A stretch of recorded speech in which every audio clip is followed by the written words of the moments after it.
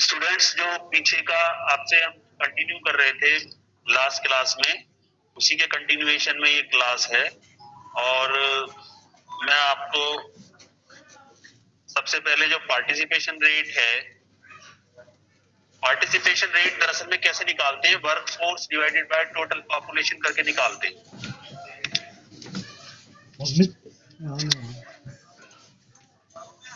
Participation rate we calculate actually dividing total workforce divided by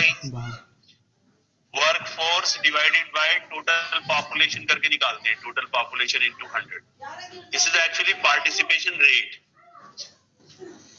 Participation rate जो है आपको ये बताएगा कि मेल और फीमेल में से जो है या टोटल पॉपुलेशन में से कितने लोग जो हैं वर्कफोर्स का हिस्सा है और वो अपना कंट्रीब्यूशन जो है वो इकोनॉमी को दे रहे हैं।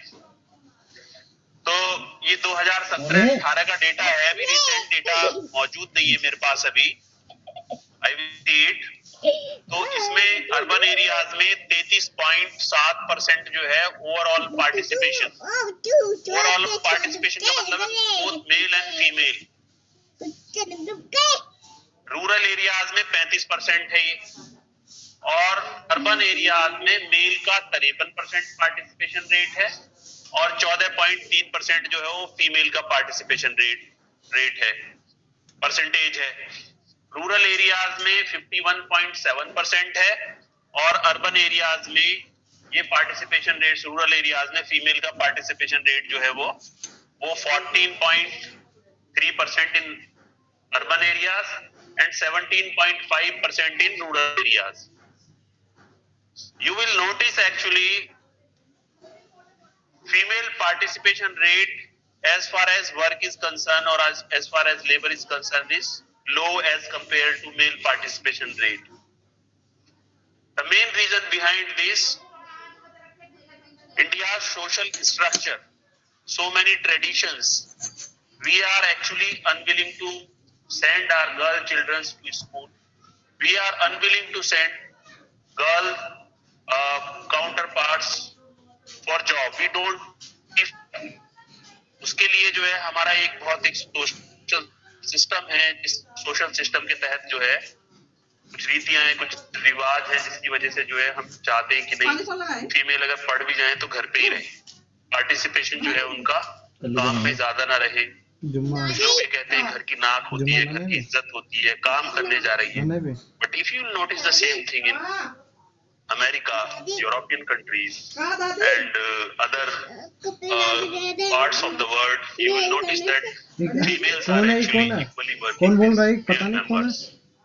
इस चीज की झलक जो है आपको हिंदुस्तान के लिटरेसी रेट में भी आपको दिखाई दे जाएगी। इधर देख, इधर से। अगर आप देखेंगे हिंदुस्तान में तो लिटरेसी रेट में मेल और फीमेल का जो गैप है, it is around, still it's around, even we are living in 21st century, but it is still around 16%. It means 16% female counterparts are less literate as compared to male counterpart. So this is very challenging and very deplorable issue, and this issue must be discussed at all level. Government should take action regarding this. Government should make policy through which male or female can have equal chance in education, in jobs, etc. तो इसका आप जो है एक जवाब ये दे सकते हैं कि फीमेल्स जो हैं वो वर्क प्लेस पे कम क्यों हैं। उसकी वजह है एजुकेशन का ना होना, क्योंकि आप ये देख रहे हैं कि जेंडर गैप जो है वो 16% है। अगर मेल काउंटर पार्ट जो ज्यादा पढ़े लिखे हैं फीमेल के बनिस्बत, तो जॉब में भी उनको अपॉर्चुनिटी जो है उनको ज्यादा मिल रही है बनिस्बत उनके। और एक सोशल स्ट्रक्चर, इसको आप जवाब बना सकते हैं कि कोई अगर आपसे पूछे कि मेल का फीमेल का जो पार्टिसिपेशन रेट है वो कम क्यों है, तो आप बता सकते हैं कि जो सामाजिक हमारा सिस्टम है एक ये उसके लिए रिस्पॉन्सिबल है, एक लिटरेसी एक समस्या है, और जो ट्रेडिशन समाज को जिन्होंने बांध रखा है, access of education, access of information, ये सारे के लिए रिस्पॉन्सिबल। तो ये तो हुआ आपका पार्टिसिपेशन रेट के बारे में। एक चीज जो मैं आपको बताना चाह रहा था, करता रहा कोशिश कर रहा ये भैया ये ऐसा ही कर रहा, कोशिश कर रहा। आज कितना तारीख, 18 तारीख हो गया, 2 दिन रह रहा है, बताओ। ऑक्यूपेशनल स्ट्रक्चर, 2.5 लाख तो ऑक्यूपेशनल स्ट्रक्चर का मतलब है 3 लाख ही कर। कि जो हमारी लेबर फोर्स है वो अभी भी जो है 2017-18 का जो आंकड़ा है 3 लाख का 3 लाख उसमें किस किस तरीके से उसका डिस्ट्रीब्यूशन है primary, secondary and tertiary sector में, वो चीज जान लीजिए आप। भरना तो मुझे पड़ रहा है ना। अगर आप ये कहें कि प्राइमरी सेक्टर, तुम तो अपने जान प्राइमरी आफत में सेक्टर, मेरी जान आ जाएगी ना। मैं लूंगी तो मेरे आफत में आएगी जान। बीएस और प्राइमरी सेक्टर में 43.8% तो आगे Uttarakhand population, and secondary sector में 24.7% एंड टर्शरी सेक्टर में, जब कह रहा जब 3 लाख ही कर, टर्शरी सेक्टर में 31.5%। ठीक ये है दरअसल में सेक्टोरल डिस्ट्रीब्यूशन गरमा जाते तुरंत बच्चे। entire workforce distributed 43.8% in primary sector, they are working in primary sector, and 24.7% working in secondary sector, and tertiary sector में जो है वो 31.5% लोग जो है काम कर रहे हैं। सोता है पकड़ते थे तो that India is still गरम होकर जब निकलते living in backwardness. If you will see in America and European countries, so we have only 2 or 3% share of labor which is actually taking their employment in agriculture sector. 2-3%, and their economy is far ahead of us. They are far ahead of us in crop production. Still, they are only having very small share of labor which is actually working in primary sector. So they are actually industry based, they have industry based workers, and they have actually service sector based. ये symptom backwardness का। देखिए तीन इसको जो है stages में जो है इसको डिवाइड करते हैं। पहली स्टेज जो होती है उसमें हाई शेयर होता है, मतलब majority of the population actually getting. फिर उसके बाद में एक मॉडरेट वाली सिचुएशन है कि कह सकते हैं कि मॉडरेट पॉपुलेशन है their share in primary sector. But अभी भी जो है इतना गुजर जाने के बाद इतना लंबा पीरियड जब कंट्री जो है वर्चुअल प्लेटफॉर्म्स और टेक्नोलॉजी और उसके एडवांटेज उठा रहे हैं, अभी भी हमारी जो है 45.8% पॉपुलेशन जो है वो अपना एम्प्लॉयमेंट आपका जो है एग्रीकल्चर सेक्टर से ले रही है। तो एक बैकवर्ड की निशान है। एक ये दूसरा कैरेक्टरिस्टिक्स है जिसको आप डिस्कस कर सकते हैं, जिसको आप बता सकते हैं कि ये जो है प्रॉब्लम है इंडियन इकोनॉमी के अंदर, इसको चेंज होना चाहिए, सिनेरियो को ये 20% से कम में आना चाहिए। अगर आप ये कहें कि इंडिया जो है वो रूरल बेस्ड इकोनॉमी है, तब भी जो है 20% से ज्यादा नहीं होना चाहिए इसका शेयर। अरे उठा नहीं दिया इंडस्ट्री तो में बात हमारा करो। झुकाव जो है कम है, 24% दिखाई दे रहा है, तो ये रिफ्लेक्ट कर रहा है कि अभी भी इंडस्ट्री में जो है हमको डेवलप करने की जरूरत है। एक चीज जो बहुत क्वेरिंग है वो मैं आपके सामने डिस्कस कर रहा हूं अभी, वो है जॉबलेस ग्रोथ।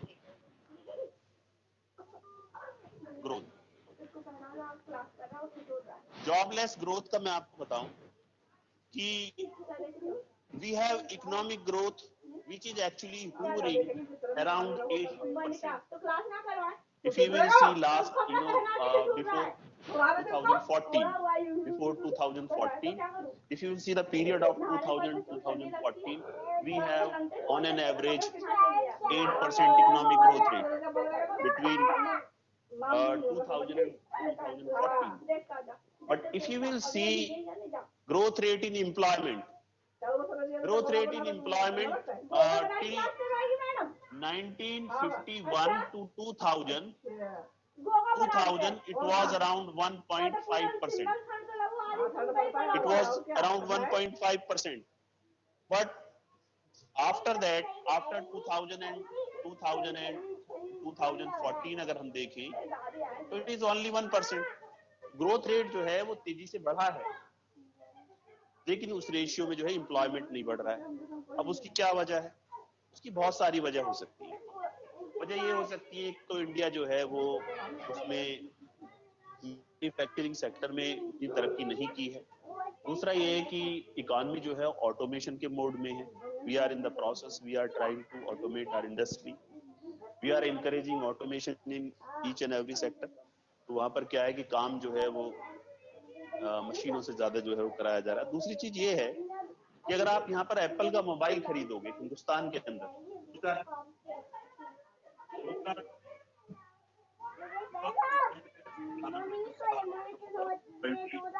रोजगार जो है वो आपको नहीं मिलेगा, बल्कि रोजगार उन लोगों को मिलेगा जहां पर पर्टिकुलर प्रोडक्ट जा रहा है। इसलिए जब भी इंपोर्ट इकोनॉमी में ज्यादा होता है, हाँ इंपोर्ट किस चीज का कर सकते हैं आप? कैपिटल गुड्स का इंपोर्ट कर सकते हैं आप टेक्नोलॉजी का इंपोर्ट कर सकते हैं, बट ये कंज्यूमेबल आइटम्स हैं। इन आइटम्स का अगर आप इंपोर्ट करोगे तो इसका जो डायरेक्ट बेनिफिट उनकी पेरेंट कंट्रीज को जाएगा। एप्पल का, सैमसंग का, यहाँ पे दो ही ब्रांड है और एक एमआई हो गया। तो इसके बेनिफिट जो हैं रोजगार के पॉइंट ऑफ व्यू से अमेरिका को होने हैं, कोरिया के होने हैं, और इसके बेनिफिट जो है चाइना से हम जो है वो बड़ी मात्रा में सामान जो है वो आयात करते हैं, और हम उनको अगर निर्यात भी करते हैं तो रॉ मटेरियल जिसकी कोई कीमत नहीं है। मतलब ये समझ लीजिए कि अगर हम 90% इम्पोर्ट कर रहे हैं तो हम सिर्फ 10% जो है एक्सपोर्ट कर रहे हैं, जो कि बहुत खराब सिचुएशन है। उसको इसलिए आज हम अगर ये कहने लगे कि चाइना के प्रोडक्ट को हम बिल्कुल निकाल देंगे तो पॉसिबल नहीं। चाइना जो है आपकी इकोनॉमी के साथ इंटीग्रेट हो चुका है, इंटीग्रेशन हो चुका है। So you are importing lot of product, not only this technology, but you have capital goods which you actually import from China. So which actually you don't have substitute. You have to import that technology from China.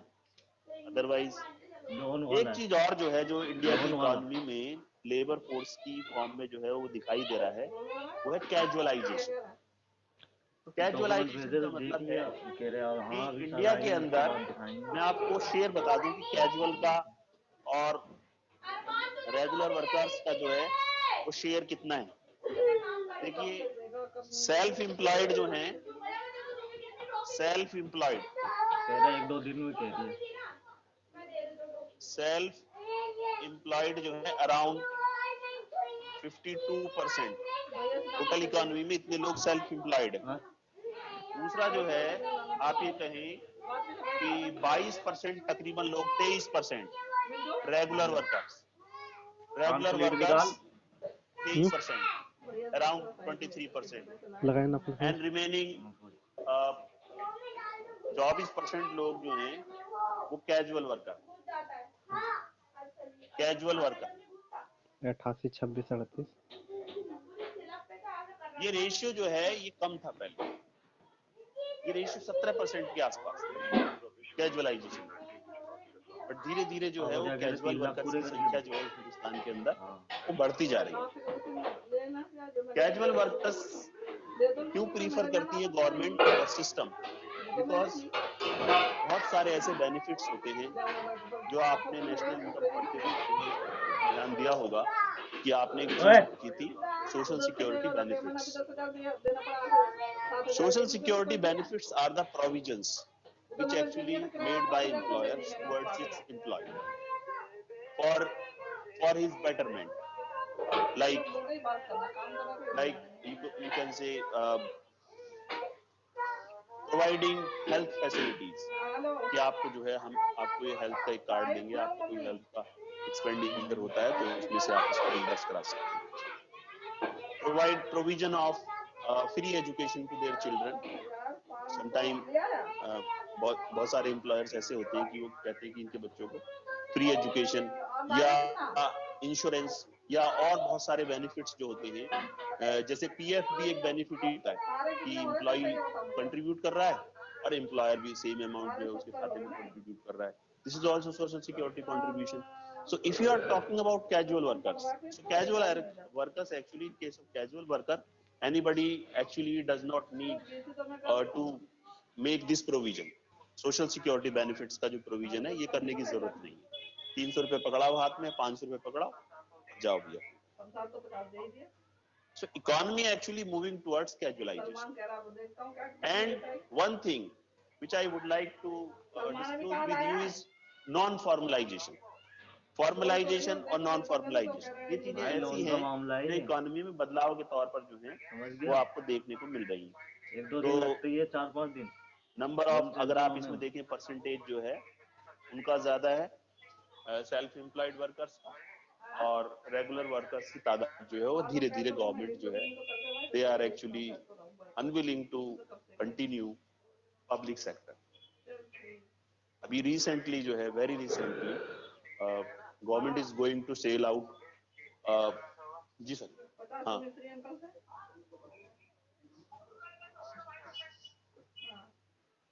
कहाँ है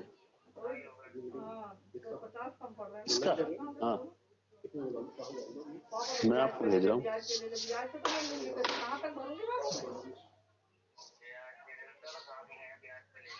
वही तो कह रही हूँ। हाँ वही कह रही हूँ, मैं कहाँ से भरूंगी? हाँ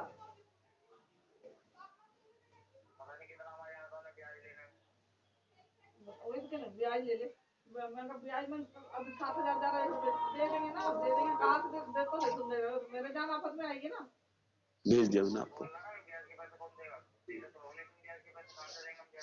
बोली तो थी मैंने, दे देंगे ना, उधर से ब्याज देगा तो दे देंगे ना। ठीक है, तो ये चीज जो है कैजुअलाइजेशन की और इनफॉर्मलाइजेशन की।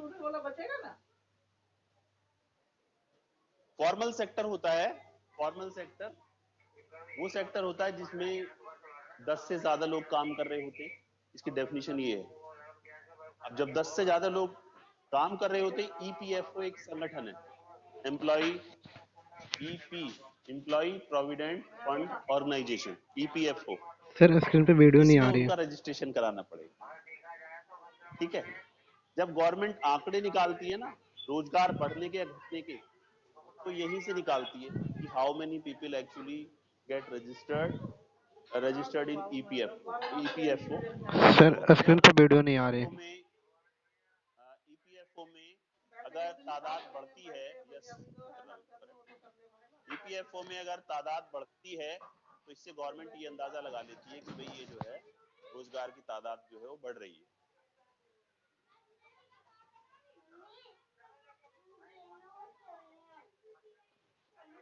जो दिखाई दे रही वीडियो? Yes sir. ठीक है। yes, तो ईपीएफओ जो है ये फॉर्मल सेक्टर, जब हम कहेंगे कि फॉर्मल सेक्टर में काम कर रहे हैं तो 10 से ज्यादा अगर लोग होंगे, अगर नहीं होंगे इसका मतलब जो है गवर्नमेंट उनके जो पर्टिकुलर एम्प्लॉय है वो उनको उनके बेनिफिट्स जो है उनको कहीं ना कहीं जो है उसको डेप्राइवेशन हो रहा है, तो उस चीज को भी जो है देखो। नॉन फॉर्मल सेक्टर में ऐसा कुछ नहीं है। कौन? उसमें जो है आपको किसी तरीके का रजिस्ट्रेशन कराने की जरूरत नहीं, जैसे भट्टे पे काम करने वाले मजदूर होते हैं सब जो है वो नॉन फॉर्मल सेक्टर जो है वो आपका वो कहलाएगा, इनफॉर्मल सेक्टर सॉरी। इसके अलावा जो ये सारे बेनिफिट्स जो मैंने बताए सोशल सिक्योरिटी बेनिफिट्स, ये सिर्फ फॉर्मल सेक्टर में जो है वो लागू होते हैं, इनफॉर्मल सेक्टर में जो है ये लागू नहीं होंगे। अब आपको जो है एक क्वेश्चन मैं आपको बता रहा हूं, वो आप नोट कर लीजिए। एक क्वेश्चन आपको करना है, discuss important types of unemployment in India. Discuss important types of unemployment in India. मैं क्वेश्चन यहाँ पे लिख भी देता हूँ, discuss important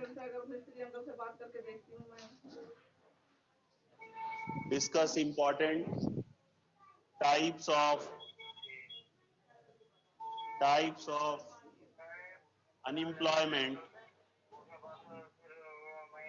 unemployment in India.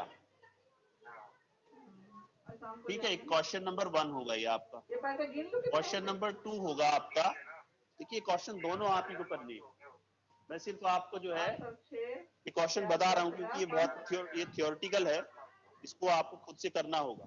दूसरा है डिस्कस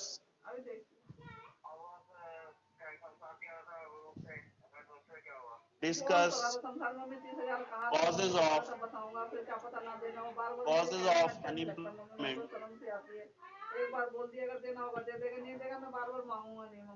unemployment in India। बच्चों दिखाई दे रहा है आपको साफ ये?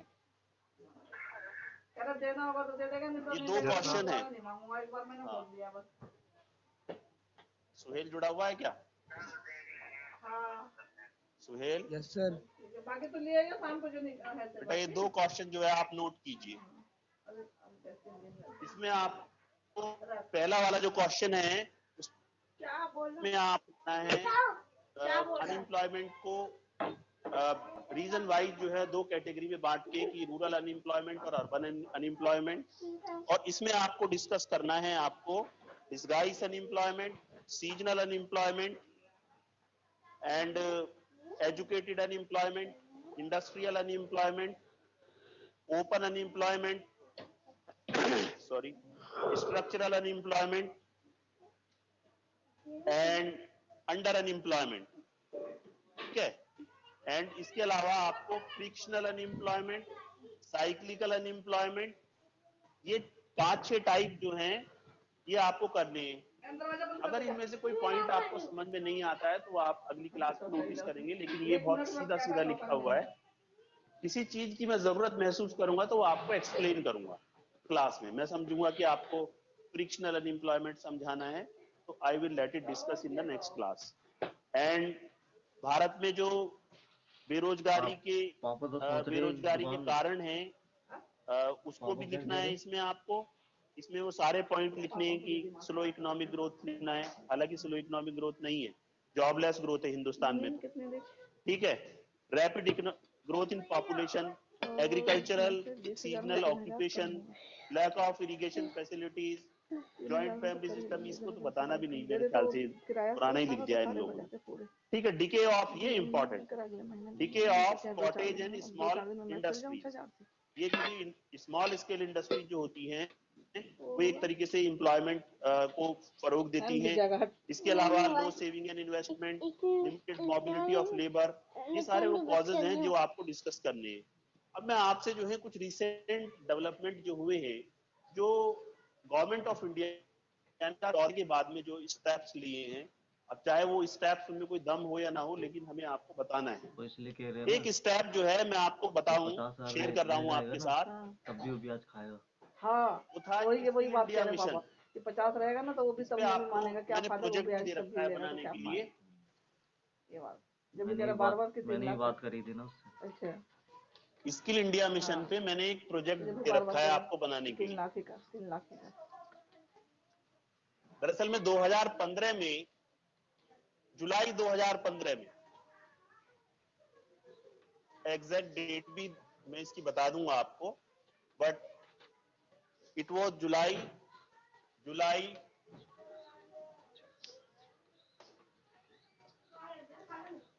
हाँ July 2015.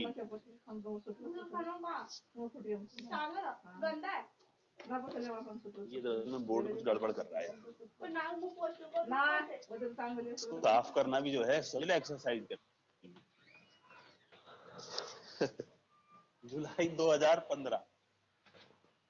2015 skill India mission, skill India mission.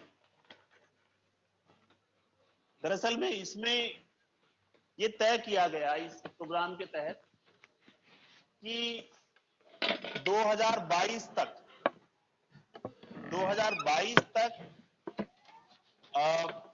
40 crore लोगों को 66,500 5,000 600 वो 60,000 प्लान टू गेट ट्रेनिंग। 60 और 6 और फिर 500 चलो वो अलग रखिए, ये वाला गिन 40 करोड़ लोगों को किसी एक ट्रेनिंग का जो है वो प्रोविजन करने की बात की गई इसमें कि 40 करोड़ लोगों को ट्रेनिंग देंगे। उसके लिए कौशल मिनिस्ट्री अलग से एस्टैब्लिश की गई, मिनिस्ट्री ऑफ कौशल मिनिस्ट्री ही बनाई गई। शुरू में तो उसके जो मिनिस्टर थे वो राजीव प्रताप रूडी, मुझे कौन है, तो उसमें ये कहा गया कि फ्रेंचाइजी किस चीज की दी गई कि बहुत सारे जो क्राफ्ट है, बहुत सारी जो ट्रेनिंग है, जैसे ब्यूटिशियन की ट्रेनिंग है, डायटिशियन की ट्रेनिंग है, इवन ड्राइविंग स्कूल्स हैं, कंप्यूटर की ट्रेनिंग है और टेलरिंग के काम की ट्रेनिंग है। इसी तरीके से जो बहुत सारे क्राफ्ट हो सकते हैं जिनके बेस पे किसी आदमी को रोजगार मिल सकता है, मतलब ट्रेन होके और उसको सेल्फ एम्प्लॉयमेंट वाली जो कैटेगरी है उसमें वो आ जाए। तो इस तरीके की ट्रेनिंग का इंतजाम की बात की गई इस स्कीम में, स्किल इंडिया मिशन। अब इसके तहत इंस्टीट्यूट है वो खुले आपकी लोकेलिटीज में, उनमें लिखा होता है प्रधानमंत्री कौशल योजना के तहत ये खुला है। तो उनमें क्या होता है कि उनको किसी किस्म की सब्सिडी प्रोवाइड की जाती है, इंफ्रास्ट्रक्चर के लिए फंड दिया जाता है उन ट्रेनिंग इंस्टीट्यूट को, और फिर उनको एक सर्टिफिकेशन जो है उसका किया जाता है कि इस पर्सन ने जो है यहाँ से सर्टिफिकेट जो है हासिल किया है। तो दिस इज गोइंग ऑन। इसकी सक्सेस और इसकी अनसक्सेस जो है, कितना सक्सेसफुल रहा है, कितना अनसक्सेसफुल रहा है, ये आने वाले टाइम में इसका जो है वो डिस्कशन होगा, क्योंकि ये अभी 2022 तक तो इसको ट्रेनिंग ही देनी। फिर इसकी सपोर्ट में एक और प्रोग्राम गवर्नमेंट ने चलाया जिसको मुद्रा योजना का। मुद्रा योजना का मतलब है कि अगर कोई आदमी इस तरीके की ट्रेनिंग हासिल कर ले और ट्रेनिंग हासिल करके उसको छोटा सा लोन दे दे, 1 लाख रुपए का या 1.5 लाख रुपए का या 2 लाख रुपए का, 10 लाख रुपए तक के लोन के भी प्रोविजन है इसमें। ऐसे लोग सेल्फ एम्प्लॉयमेंट जो है, अपना बिजनेस जो है वो एक तरीके का शुरू कर सकते हैं, अपनी स्टार्ट करते हैं। तो एक काम तो ये था। दूसरा काम जो सबसे इम्पोर्टेंट जो मैं शुरू में जो गवर्नमेंट के शुरू के इनिशिएटिव है ये, उसमें था make in India. Make in India नाम था, मेक इन इंडिया। दरअसल में ये प्रोग्राम जो है, जो हमने प्लानिंग के लॉन्ग टर्म ऑब्जेक्टिव डिस्कस किए थे, जिनमें एक ऑब्जेक्टिव था सेल्फ रिलायंस, जिसमें हमने ये कहा कि despite importing goods from outside the country, you need to produce the same product inside your country. Means you need not to depend upon foreign countries for small petty items. तो उसके लिए जो है मैं आपको बताऊं बच्चों, भारत जो है वो खाने पीने की चीजों का भी नेट इंपोर्टर था सन 1965 से पहले, बाहर से सामान मंगाया। तो फिर फूड प्रोडक्शन को जब ग्रीन रेवोल्यूशन आया, फूड प्रोडक्शन में हमारा जो क्रॉप प्रोडक्शन है कम से कम 5 टाइम जो है उसमें इजाफा हो, 5 टाइम। तो उससे क्या हुआ कि जो फूड प्रोडक्शन बढ़ा तो हमारी जो है फॉरेन कंट्रीज पे डिपेंड रहने वाली जो हमारी एक टेंडेंसी थी वो खत्म हुई। इवन एक्सपोर्ट कर रहे हैं फूड प्रोडक्ट बाहर की कंट्रीज में। तो सेल्फ रिलायंस से ही ये कुछ मेल खाता है, ये make in India. Make in India का मतलब है कि आप जो है ऐसी चीजों को जो है वो चीजों को जिनको उस टेक्नोलॉजी को, उस सामान को आप अपनी कंट्री में ही डेवलप करने की कोशिश करें। उसका फायदा क्या होगा कि हिंदुस्तान के लोगों को रोजगार जो है वो मिलने में आसानी। तो मेक इन इंडिया का ये पर्पस। इसके अलावा जो है बच्चों में आपको एक चीज बताऊं, एक हमारी जो शॉर्ट फॉर्म है, जो कैटेगरी है बिजनेस की, MSME। MSME ये है मैं किराया लूंगी मीडियम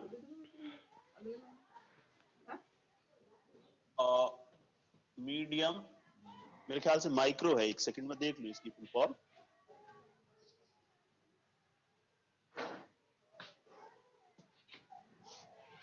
अंदर को शाम को जाऊंगी। इसका भी जो है बड़ा रोल है, अंकल मिलेंगे ना? क्योंकि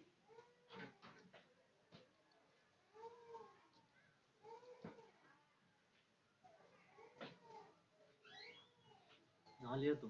अरे जूते पहन ले।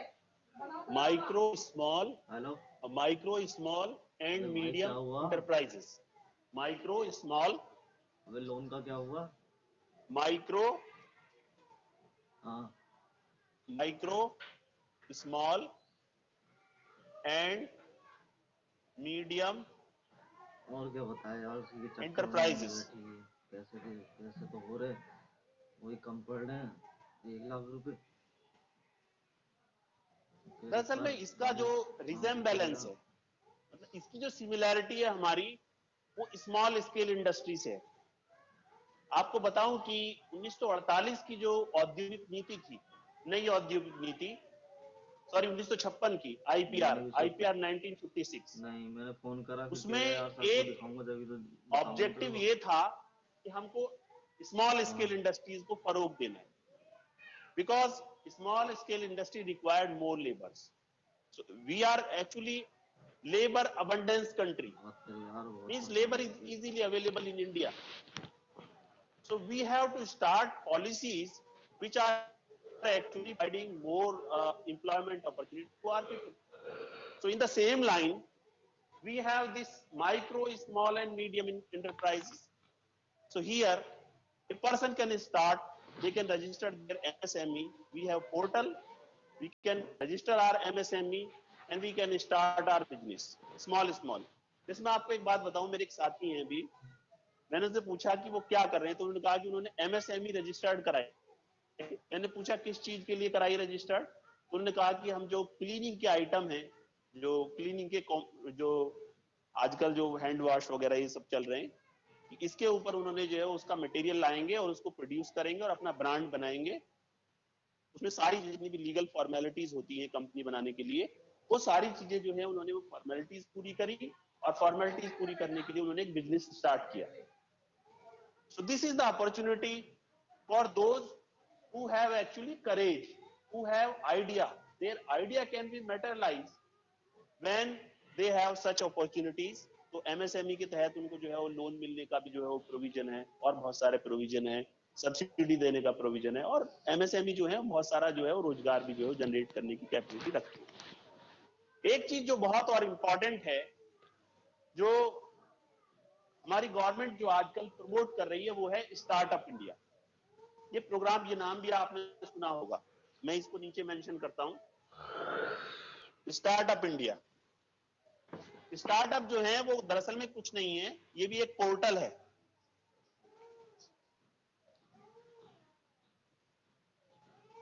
Startup means if anybody has idea in their mind, they can start their own business, startup शुरू कर सकते हैं। जैसे मैं अभी एक रिपोर्ट देख रहा था BBC पे, तो कुछ लोगों ने, मुंबई के कुछ लोगों ने इकट्ठा होके इस पे काम करना शुरू किया कि वो जो समुद्र की जो पूरी उसका एरिया है, कोस्टल एरिया, उससे प्लास्टिक चुगने का काम किया, फिर उसको जो है उसको रिसाइकिल करने का काम किया। तो ये अपने आप में एक स्टार्टअप बन गया उन लोगों के लिए कि वो प्लास्टिक चुग रहे हैं, उसके 2 बेनिफिट हो रहे हैं। गवर्नमेंट को ये भी बता रहे हो कि we are actually picking plastics from coastal areas that can be harmful for ecosystem of sea, and we are actually collecting this plastic and we are making a sustainable system. तो इस तरीके के आइडियाज जो है किसी के दिमाग में आ सकते हैं। जैसे मैं बताऊं आपको स्टार्टअप क्या हो सकते हैं। जैसे अभी कुछ दिनों पहले मैंने एक ट्रेनिंग की थी, जो मशरूम की ट्रेनिंग थी, मशरूम किस तरीके से प्रोड्यूस किया जाता है। उसमें जो लोग जुड़े हुए थे मेरे साथ ट्रेनिंग में, तो वो अपनी ट्रेडिशनल जॉब्स को छोड़ के और वो अपना जो है वो इस तरीके का काम शुरू करने में लग गए कि भाई हमें जो है मशरूम का प्रोडक्शन करना। तो मशरूम के प्रोडक्शन से उनको क्या फायदा हो रहा है, एक तो 4-5 लोगों को और जॉब दे रहे। मान लीजिए they will start producing mushroom, so they required labor, required infrastructure, तो उनकी सैलरी भी निकलेगी प्रॉफिट के तौर पे और जो दूसरे लोग उस पर काम कर रहे हैं वो भी निकलेगी। तो स्टार्टअप का मकसद ये है। एक स्कीम गवर्नमेंट ऑफ इंडिया ने जो है ये स्लोगन है गवर्नमेंट ऑफ इंडिया का, आत्मनिर्भर भारत। तो आत्मनिर्भर भारत जो है वो दरअसल में वो इसी की तरफ कि आपको जो है सेल्फ एम्प्लॉयमेंट जो है वो हासिल करना। तो उसका फायदा ये होगा कि जब आत्मनिर्भर भारत की तरफ चलोगे, इसका मतलब आप खुद का बिजनेस सेटअप करोगे, उस बिजनेस से 4-6 लोगों को और एम्प्लॉयमेंट दोगे और उस एम्प्लॉयमेंट से कंट्री की जो जीडीपी है उसमें कंट्रीब्यूट करोगे। तो ये वो रिसेंट डेवलपमेंट है जो गवर्नमेंट ऑफ इंडिया ने साल 2014 से लेकर अब तक की। तो when you are going to answer any question regarding employment, so you have to mention these things. Until unless you are not actually showing these things, so your answer will not be in actually good shape. You have to discuss these. जब तक आप अपने उसमें ornament ना लगा दें answer में, तो ये ornament होंगे। These are actually updates which are actually happening around our economy since 2014. तो गवर्नमेंट की जो ये स्कीम है, दरअसल में स्कीम जब हो जाती है ना, जब वो स्कीम निकल जाती है तब उसका जो है इवैल्यूएशन होता है। तो after 4-5 years people will actually stand up, they will discuss whether this scheme was successful or unsuccessful. अभी सिर्फ हमने स्कीम्स की बात की। गवर्नमेंट ने ये सारी स्कीम शुरू की, स्टार्टअप शुरू किया है, मेक इन इंडिया शुरू किया है, स्किल इंडिया मिशन शुरू किया है, और भी बहुत सारी चीजें हैं गवर्नमेंट की जो ट्रांसफॉर्मेशन की तरफ जा रही है। जैसे मान लीजिए कि सोलर के ऊपर डिपेंड रहने की बात है, वो कर रहे हैं। सोलर यानी इलेक्ट्रिसिटी को जो है अभी 2022 तक गवर्नमेंट का ये प्रोजेक्ट है कि 175 गीगावाट बिजली जो है वो सिर्फ सोलर से जो है वो जनरेट की जाएगी। उसमें ministry of renewable energy of India actually they are having so many schemes like rooftop solar योजना, कि आप छत पे अपने जो है वो सोलर पैनल लगवाइए और उस पे 25% सब्सिडी का जो है वो प्रावधान। इसी तरीके से किसानों को हैंड पंप लगवाना, इसी तरीके से जो है रोड साइड पे जो है वो बजाय इलेक्ट्रिसिटी को जो थर्मल पावर से और जो ट्रेडिशनल सोर्सेज से एनर्जी आ रही है उसके बजाय जो उससे आना। तो these are the actually transformations which are happening in Indian economy since long time. We have planned it's long time back. 2010 में प्लान कर दिए होंगे, 12 में प्लान कर दिए होंगे, 14 में प्लान कर दिए होंगे, और वो चीजें जो है धीरे धीरे सरफेस पे आ रही हैं। तो जो चीज मुझे बताने की रिसेंट डेवलपमेंट क्या हो रही है, तो मैंने आपको बता दिया। अब आपको जो है जो चीज आपसे करनी है मैंने आपको लिखा। So today we are stopping here. पापा ये कह रहे हैं क्या बात है, बैठ जाओ तो खत्म कर रहे हैं। Today we are stopping here and in the next class, वो चालू है, 2 महीना कमा we दूंगा मैं, will do सीजन कमा दूंगा, उसके बाद मैं तुझे पैसे दूंगा मैं, तो तू 17,000 ठीक है। मैं आपको थोड़ा सा पैसे ले अपने, क्या टाइम हो रहा है और तू फिर जब तक एग्रीमेंट कर रहा तब तक रख दुकान। ओके 5 मिनट में आपको थोड़ा सा इंफ्रास्ट्रक्चर के बारे में बता। हाँ ओके। देखिए जो इंफ्रास्ट्रक्चर का जो चैप्टर है, बच्चे जरा उनको मैं थोड़ा सा ब्रीफ कर रहा हूँ। देख लो कितने बच्चे जुड़े हुए हैं। 21 ही बच्चे जुड़े हुए हैं आज यार, शाबाश Mohammad Shahbaz. Yes sir, yes sir. बेटा आज 21 बच्चे क्यों जुड़े हुए हैं आज? हाँ, वो कितना चालाक है, ये कितने कमाएगा, इब्रेज भी है, अब वोट जिलानी भी देगा, है, तो तेरे कैफ चालाक है। कौन है? अच्छा, डी वाले ये सारे, जिदान है, जीशान है, इसलिए बाबा का तू ये तेरा मुझे लग रहा है अदनान है, ये दानिश है, आने दुकान छोड़, वासिफ है, राहिल है, अब रूहान छोड़, है, सौरभ भी है, और क्या? और शहजेब है, कितने सुम्बुल कमा है, के तूने सूर्यांश। तू ही होशियार है, मैं अभी पागल 5 हूँ, मिनट रुक मैं जाइए तुझे बस, कितने कमा के मैं दुकान छोड़ दूंगा, रहा हूँ। तो बच्चों, हम मेरे ना से बड़ा कौन होगा? इंफ्रास्ट्रक्चर का चैप्टर जो है हम शुरू करेंगे। बिफोर स्टार्टिंग दिस चैप्टर, इसलिए कह रहा हूँ ना, आई एम तू गिविंग यू ए अगर ऐसा कर रहा टास्क। है तो काम करिए, एक टास्क में दे रहा हूँ। पैसे गवर्नमेंट पैसे ने रुपए ज्यादा एक तो बस प्रोजेक्ट खर्च शुरू खिला किया है, जो रोड बिल्डिंग का प्रोजेक्ट है, वो है भारतमाला प्रोजेक्ट। उसमें गवर्नमेंट ने कुछ हाईवेज बनाने का जो है गवर्नमेंट का डेडिकेशन है।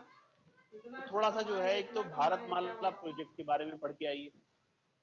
एक चीज जो है, आप ये देखिए कि भारत में कितने न्यूक्लियर प्लांट हैं, एक इस चीज के बारे में पढ़ के आइए। भारत में कुल इंस्टॉल्ड कैपेसिटी कितनी है इलेक्ट्रिसिटी की, ये पढ़ के आइए। और रेलवे लाइन की लेंथ कितनी है, उसमें मीटर गेज कितनी है, और उसमें जो है ब्रॉड गेज कितनी है। आजादी से लेके और अब तक भारत में रेलवे लाइन जो है उसका कितना एक्सपेंशन हुआ है, बताइए। तो इंडिपेंडेंट हमारे पास था ये सारा कुछ। इंडिपेंडेंस के बाद अगर आप 1947 से और अब तक देखें तो भारत ने कितनी रेल लाइन किलोमीटर्स की फॉर्म में जोड़ी, ठीक है। एक ये चीज आप जोड़ के लाइए। तो ये, इससे हमको ये पता लगा, दरअसल में ये जो मैं आपको बता रहा हूँ, these are actually component of infrastructure. जब आप इंफ्रास्ट्रक्चर का वर्ड आपके सामने आए, उर्दू में बोलते हैं इसको बुनियादी ढांचा, और हिंदी में ढांचा ही बोलते हैं, तो आप फौरन आपके दिमाग में आना चाहिए कि नंबर ऑफ हॉस्पिटल्स कितने हैं कंट्री के अंदर, उनमें अवेलेबिलिटी ऑफ बेड कितने, और उनमें कितने वेंटिलेटर्स अवेलेबल हैं। वेंटिलेटर्स की बड़ी शॉर्टेज है, तो पता लगा कोरोना के काल में कि वेंटिलेटर भी कोई चीज होती है। मुझे तो लग रहा है कि बहुत बहुत कम तादाद है। दिल्ली में मुझे 2000 से ज्यादा वेंटिलेटर नहीं लगे। 500 बन जाएगा। आप एक बार डायग्राम बना सकते हो, 2000 में इसमें आर्ट इंटीग्रेटेड आपका प्रोजेक्ट बन सकता है। I will guide you. But ये बड़ा लाइव प्रोजेक्ट है, और ये लाइव टॉपिक है, ये बहुत ज्यादा। इसमें समझने के लिए आपको जो है, मतलब बहुत सारी चीजें जो है ना, बिल्कुल आपके दिमाग में प्लेस हो जाएंगी। जब भी आप कहीं देखें कि रोड टूटा हुआ है, आपकी गाड़ी जो है गड्ढे में गिर रही है, फौरन समझ जाइए कि this is poor infrastructure. When blackboard or writing board is not available in a school, or you don't have proper facility to sit in a classroom, then say it's a poor infrastructure. When you are standing in a queue in a hospital to get your turn, तो समझ लीजिए कि doctors की कमी है। जब आपका कोई रिलेटिव जो है वो हॉस्पिटल में बेड ना हासिल कर पाए, समझ लीजिए कि डॉक्टर्स की कमी है, हेल्थ वर्कर्स की कमी है। जब आप जो है, जो बुनियादी, समझ जाइए कि आपके इंफ्रास्ट्रक्चर की क्वालिटी क्या है। Infrastructure means services, infrastructure means resources available to you to make your life better और to fulfil your daily needs. For example banking, banking एक इंफ्रास्ट्रक्चर है, बैंकिंग की रिक्वायरमेंट है। क्या एक्सेसिबल है बैंक, क्या sufficient number of banks accessible हैं rural areas में, क्या क्रेडिट की सप्लाई जो है वो पूरी कर पा रहे हैं। तो ये सारी चीज जो है इंफ्रास्ट्रक्चर के कंपोनेंट। तो आप फौरन जो है वो इसमें एक अपने दिमाग में कंपैरिजन बना के लाइए कि ये पुअर इंफ्रास्ट्रक्चर है और ये अच्छा इंफ्रास्ट्रक्चर है। जब आप विदेशों की कोई मूवी देखते हैं ना, हॉलीवुड की, तो बड़े क्लीन नीट, बड़े साफ सुथरे से जो है सीन आपको नजर आते हैं। उसकी वजह क्या है? वहाँ की सड़कें साफ हैं, वहाँ रोड अच्छे हैं, वहाँ टूट फूट नहीं है। मैं अभी एक चीज देख रहा था कि यूके में ई स्कूटर का चलन बहुत तेजी से बढ़ा है। ई स्कूटर जो है छोटा सा होता है, इतने बड़े बड़े उसके व्हील होती है, और उस पर खड़े होकर आदमी भागता है। कह रहे कि बाढ़ आ गई है शहर के अंदर, बहुत सारे लोग जो है किराए पे ई स्कूटर लेते हैं और अपना कोई सामान लिया और अपना छोटा मोटा काम किया और अपना जो है वापस उसका ई स्कूटर कर दिया। अभी प्राइवेट तौर पे उसको खरीदने की इजाजत नहीं है, वहां तो किराए पे ही लेते हैं। मैं कह रहा था, मैंने क्या, अगर हम अपने ओखला में चलाने लगे ई स्कूटर तो स्कूटर स्कूटर तो एक तरफ पड़ा होगा, हमारे दांत जमीन पे पड़े होंगे। क्यों? क्योंकि रोड ऐसे है, आप उस स्कूटर को चलाओगे जाके पड़ोगे नीचे तक। वहां तो रोड ऐसे है कि बिल्कुल किस तरीके से चला लीजिए। तो इंफ्रास्ट्रक्चर की क्वालिटी को ये चीजें बयान करती हैं। You can see we don't have portable water available at our home, even in capital. You can imagine how we are poor as far as infrastructure, availability of infrastructure is concerned. बहुत सारी चीजें हैं, अगर गिनाने को बैठ जाऊं तो शाम हो जाएगी आप गिनाते गिनाते। देखिए फॉरेन कंट्रीज में स्पेशल एजुकेशन को बहुत ध्यान से देख उसको उस पर सीरियसली लिया जाता है। इंडिया में भी एक प्रोविजन है कि हर स्कूल में काउंसलर होना चाहिए। Sometimes we need actually counselors when we are in school, but here nobody. No counselor is available for children. Even 2,000, 3,000 children actually studying in a particular school, but no counselor available. This is actually a story of poor infrastructure. बहुत सारी चीजें हैं बच्चों। तो मैं आपको ये चीजें जो है, अगर में कोई बच्चा प्रोजेक्ट इंटरेस्टेड हो इस तरीके के, तो मैंने 19 टॉपिक दिए हैं प्रोजेक्ट में। बच्चे ऑनलाइन हैं, जरा उन टॉपिक्स को इनको ध्यान से देखिए। और टॉपिक आपका 25 तारीख तक सबमिट भी करना है, ये ध्यान जरूर कर लेना।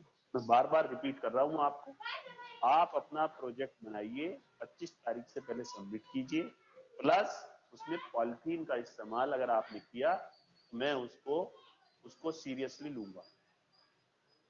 आपको पॉलिथीन का इस्तेमाल बिल्कुल बैन है, किसी किस्म की पॉलिथीन नहीं करनी है। पैसे आपके खर्च होने चाहिए प्रोजेक्ट में जितने कम से कम हो। बहुत ज्यादा आपको डेकोरेटेड मटेरियल वैसे नहीं करना है।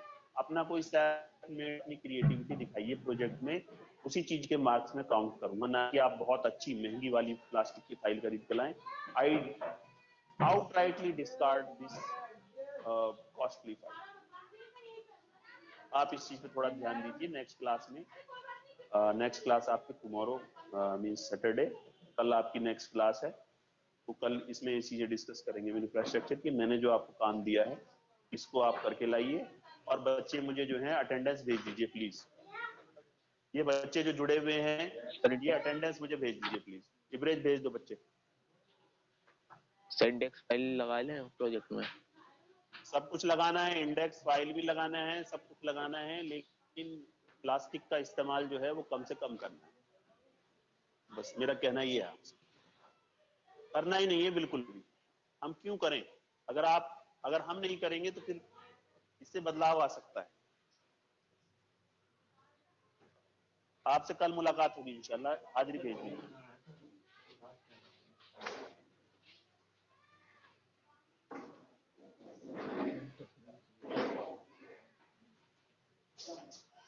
वालेकुम।